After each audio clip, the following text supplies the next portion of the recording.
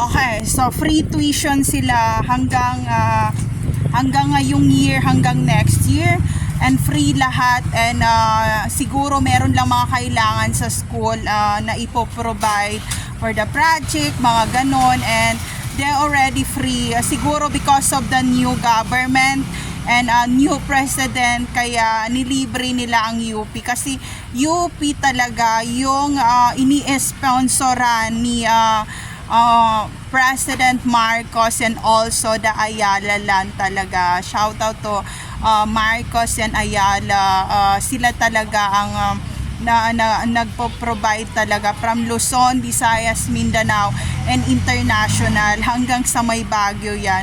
So dahil nga hindi ko alam kung anong gagawin ko kasi ang daming offer from Luzon, Visayas, Mindanao and international. Hindi ko alam kung anong course ang kukunin ko kasi naguguluhan ako and tinanong ako ng asawa ko, B, anong course na gusto mo? Sabi ko, B, hindi ko alam kung sinong pipiliin ko, kung hihiwalayan kita o magmo-move on, hahanapin ko si ganito.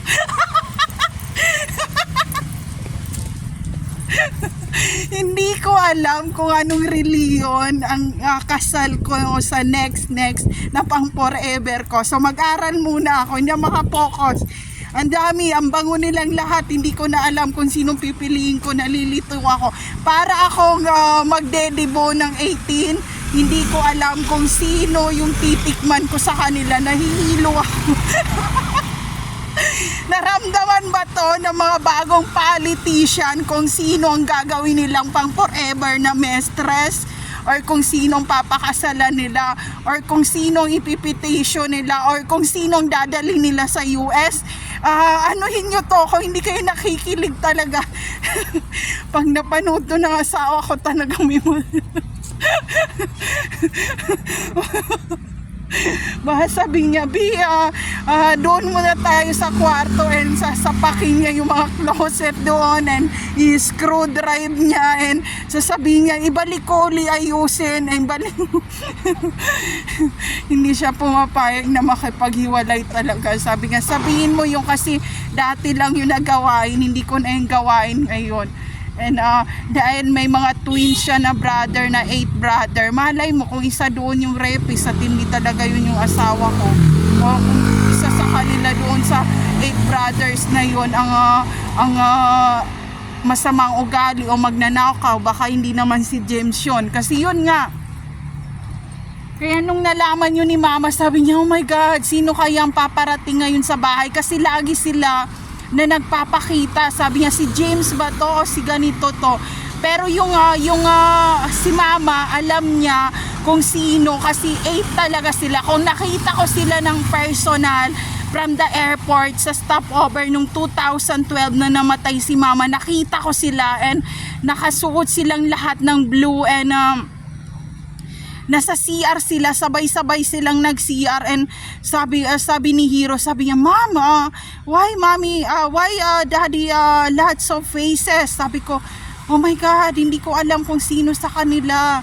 And then ang tagal nila and hinintay ko talaga yung asawa ko na lumabas and pare-pareho sila na mukha, buhay silang lahat. Sabi ko, oh my God, pare-pareho sila na mukha. Hindi ko na alam kung kaya siguro kami nag-aaway na sinabi nilang kasi meron sa Mindanao, sinabi nila na yung asawa niya, yung James, asawa rin yan dito sa may sa may awang raw sa airport. Sabi ko, hindi si James yun, hindi pa nakapunta ng Mindanao yon, sabi ng mga pinsan ko. Sabi, hindi yan yung homeless sa US, sabi naman nung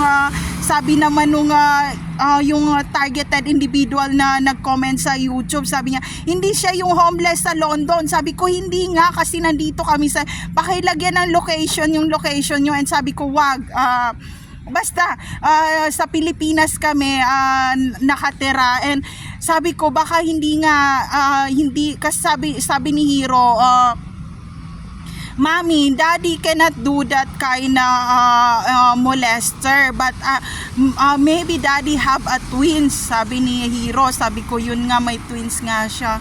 sabi niya maybe one of the twins is mad or psychopath and do something, and we dungeon and put it in other place and said what's happened to mommy and daddy if they are good couples now, and we are broken family and we are homeless and we want you to separate each other like that. Yun ang sinabi ni Hiro. Sabi ko, sa tingin mo, sabi hindi magagawa ng daddy yun, bastos masyado yung ginawa. Sabi ko, nga, hindi nga. Ang tanong, sino doon sa 8 brothers yung manyak, di ba? So yun yung problema ko ngayon, kasi kaya pag pumasok ang asawa ko, sabi ko, B, dapat may words kang sasabihin kung sino ka. And itong huli talaga na nung nagsabi sila na itinali raw ang asawa ko sa isang simbahan, ayaw ko pangalanan. Sabi ko baka nga ang asawa ko, kasi sabi ni mama sa 8 brothers twin, ang asawa ko lang raw ang pinakamabait at hindi kaya gumawa ng masama. Sabi ko siya nga ang nakatali sa simbahan na ayaw ko pangalanan, ganyan. Sabi ko, Diyos ko naman. And yun, kinausap ako ni Hiro, ni Gabi. Sabi ko, sa tingin nyo, yung daddy ba dito sa bahay, siya ba ang daddy na daddy nyo noon? Sabi niya, mami, hindi ata yan ang daddy noon bastard yan Yun, hindi ko rin alam na may military issue pala yung twins. Ayan. Kaya kung meron mga gumawa ng masama, hindi ko rin alam. Kasi nagkakagulo kami. Meron din ako mga kamag-anak na nakapangasawa ng Marines, nakamukha rin raw ng asawa ko. Sabi ko, excuse me, ang ano ngayon, maglabasan tayo ng family photo kung sino ba talaga, and kung pwede ngang i-reunion yung 8 brothers.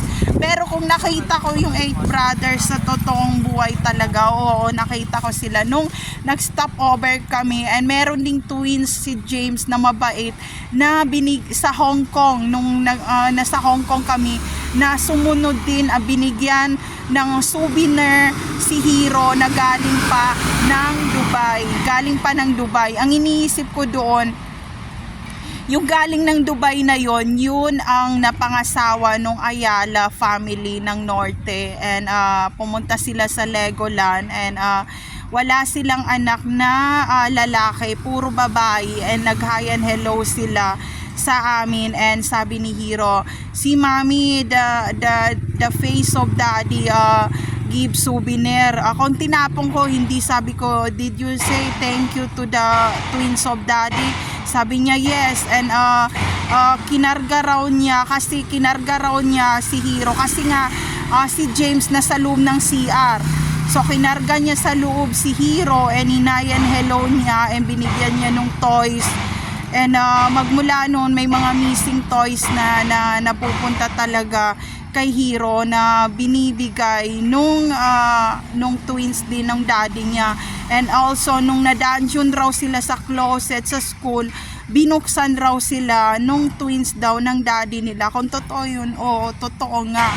Kasi nga, sabi ko, kasi yung sa airport na nag-hi and hello sa akin na hindi ko tinawagan, niyakap ako, tapos kinis niya ako. And si James, hindi ako kinikis sa airport. And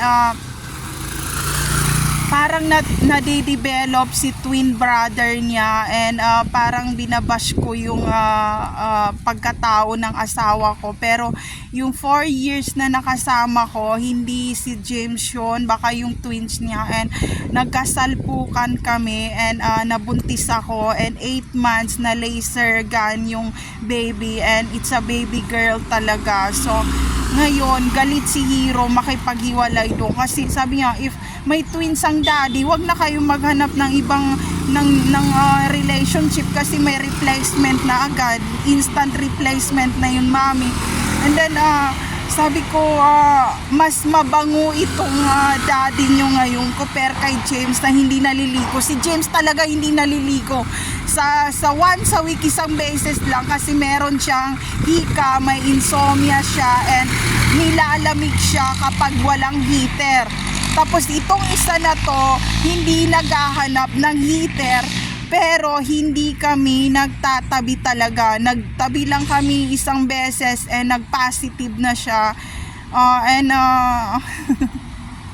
Siguro kung nanonood yung James talaga na asawa ko, galit na galit siguro yun. Baka lahat na ng mga gamit na basag na, hindi lang TV ang hinagis. And kung mas mabait itong nasa bahay na nakasama namin sa family photo, kasi sabi ni Hero, sabi niya, Mami, wag mo siyang bastusin, pag-aralan mo kung paano kayo ma-develop sa isa't isa, kasi kung namatay na ang daddy, may instant replace na daddy, ayaw mo ba yun? And naiiyak ako, diba? Kasi paano naman ako makagala, matanda na ako.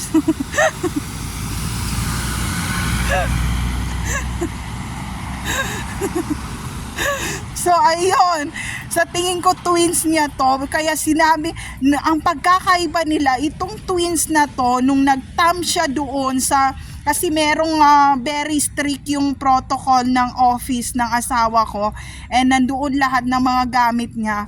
Tinry niya na itamp yung tamp niya doon sa pintuan ng office, kasi ang asawa ko manager siya doon. Tinry niyang itamp to, hindi sila match point ng tamp. And nagsasabi yung robot na someone already tamp new person, pero nung tiningnan raw ng mga pulis, hindi raw kamukha ni James. So B, tumakbo tayong lahat. B, kinuha nila yung pera doon, i-withdraw nila. And sinabi nung company na ang nakuha nila sa account ng asawa ko na ni-withdraw nila ay 20 million. So saan kami titira ngayon? No, tumakbo ka muna, wag ka muna bumalik. And pag-aralan namin ng twin brother mo kung paano kami magkiklik dalawa, dahil nga nagkasalpukan kami bago mag-end ang mag-end ng COVID ng 4 years na hindi na niya natiis talaga, and tinabihan niya ako, and nabuntis ako, and 8 months ni laser yung baby girl.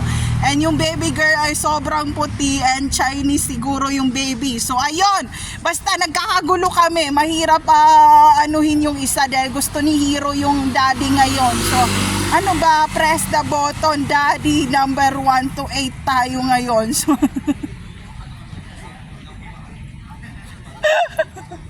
there's no safe place to all targeted individual out there. Take care always, everyone.